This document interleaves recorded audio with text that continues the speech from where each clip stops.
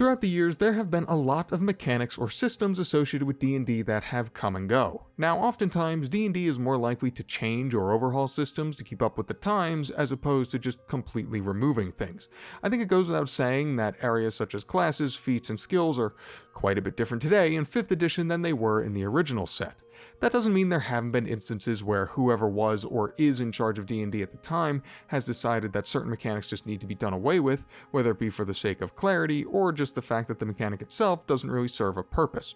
I've previously talked about THAC0, a means to measure your chance to hit in 2nd edition AD&D that doesn't exist anymore, and as the combat systems have become more strictly turn-based in nature in recent years, you also don't have things such as weapon speeds for individual weapons or casting times for spells, for instance.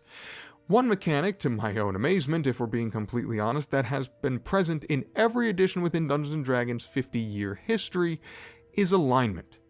If you're an old head like me who first started playing with the earlier editions, then you are no doubt keenly aware of alignment and its place within the game. Conversely, if you only started playing more recently, then you probably only know alignment as that part on your character sheet that you most likely ignore. What's ironic about this through line of D&D's history is that it's pretty much always been a mess. A lot of that messiness stems from the fact that alignment, as a facet in and of itself, is up for interpretation. What the alignments are, being the 9 choices within good, neutral, and evil on the spectrum of lawful and chaotic, isn't necessarily subjective, of course, but what constitutes specific actions as they pertain to a particular alignment unquestionably is. What I mean by that, despite the fact that D&D has typically provided official descriptions of these alignments and examples of what sorts of characters are more likely to fall under them, what actually constitutes them on a case-by-case basis is very much up to the interpretation of the individual.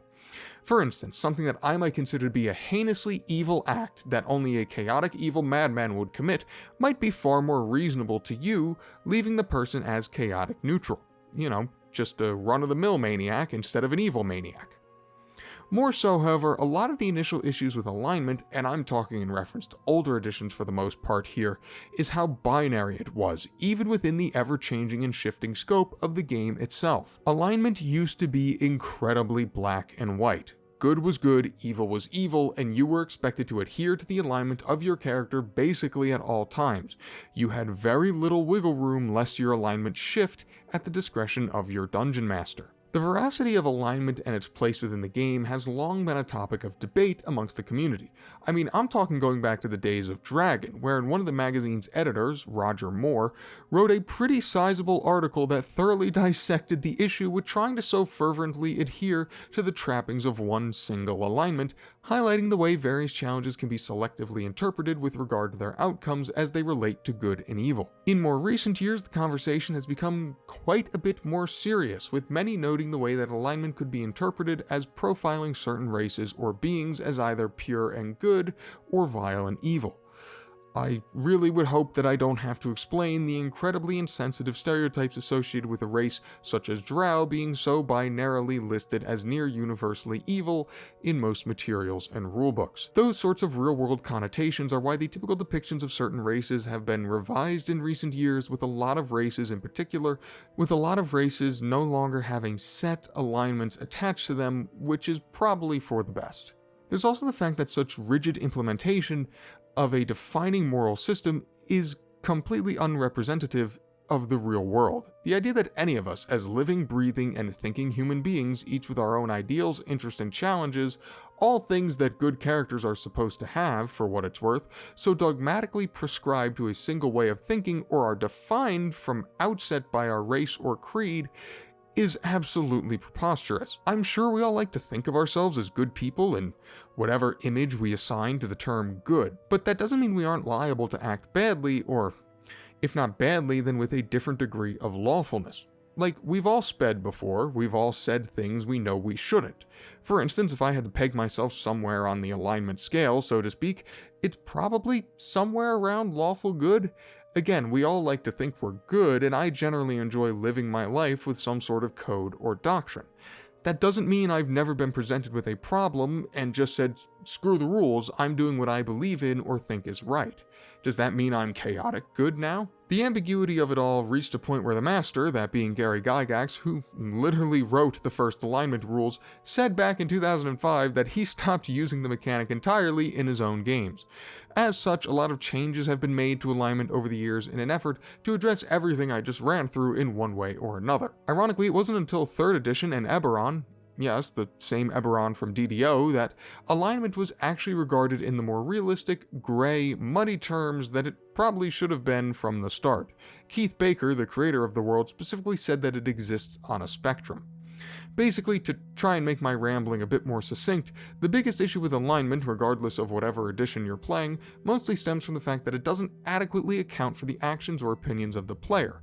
The beauty of Dungeons & Dragons is that most every aspect of its systems can be customized and adjusted to fit one's preferences, but for whatever reason, alignment has always kind of bucked that trend with its rigidness. And yet, it endures. This is probably because despite the fact that alignment was so unbelievably ambiguous to the point that it evolved into irrelevance within its own game system, it used to be really important. Again, this is something I don't expect anyone that hasn't played the older editions to understand, but alignment used to be something you really had to care about, mainly because it was used as a balance lever for said older systems. And it was all over the place. Spells like Detect or Protection from Evil, which have now been expanded to account for both good and evil in newer editions, have always existed, not to mention that there were other spells that would have their properties changed depending on the alignment of those it was cast on. Think something like Holy Smite from 3.5, which could only be cast by good aligned clerics and only actually harmed non-good creatures. Assuming you were playing a good aligned party, it was literally a fireball you could drop in the middle of a fight without worry for killing your friends. Classes beyond clerics were beholden to certain alignment restrictions. In 2nd edition, for example, only fighters, mages, and clerics could actually be all of the 9 alignments on the grid, and clerics had to be in alignment accepted by their god.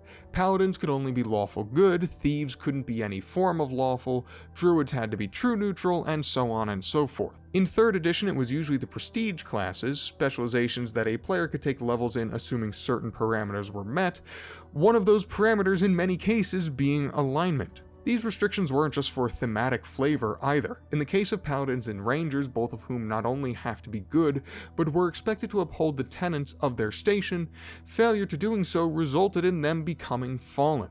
Fallen paladins and rangers were effectively really crappy fighters, as they got stripped of all their spellcasting ability and extra unique goodies afforded to them by their class, and reverting from fallen was typically a pretty difficult, if not oftentimes impossible, thing to do.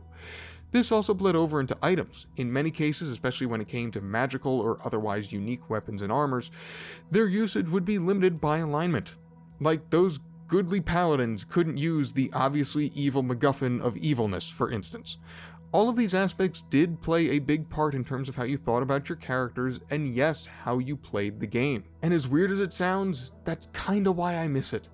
Like, don't get me wrong, the way that alignment has been implemented basically throughout D&D's entire history has never made much realistic or even logical sense. It simply does not account for the human element of the role-playing process well enough to be effective to any real degree, which is probably why a lot of people came to view it as a detractor in the grand scheme of things. That it could be equally as confusing didn't help much either. But as far as gameplay is concerned, I do think there is something real that's lost when you basically just do away with the system.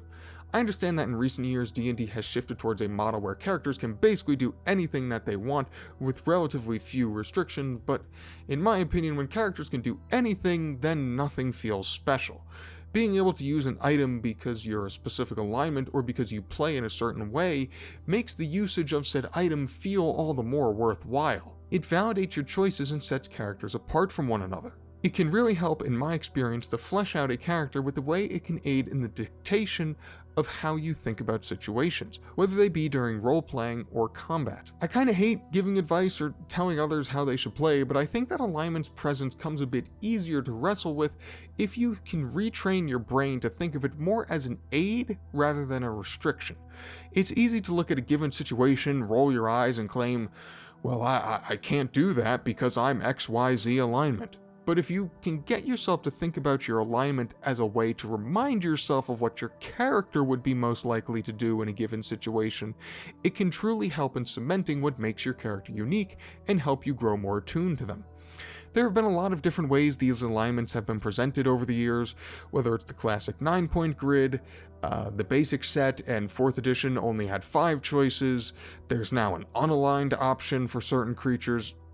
If you want to try and include alignment into your games in a practical way, if you want my advice, get rid of the lawful and chaos scale.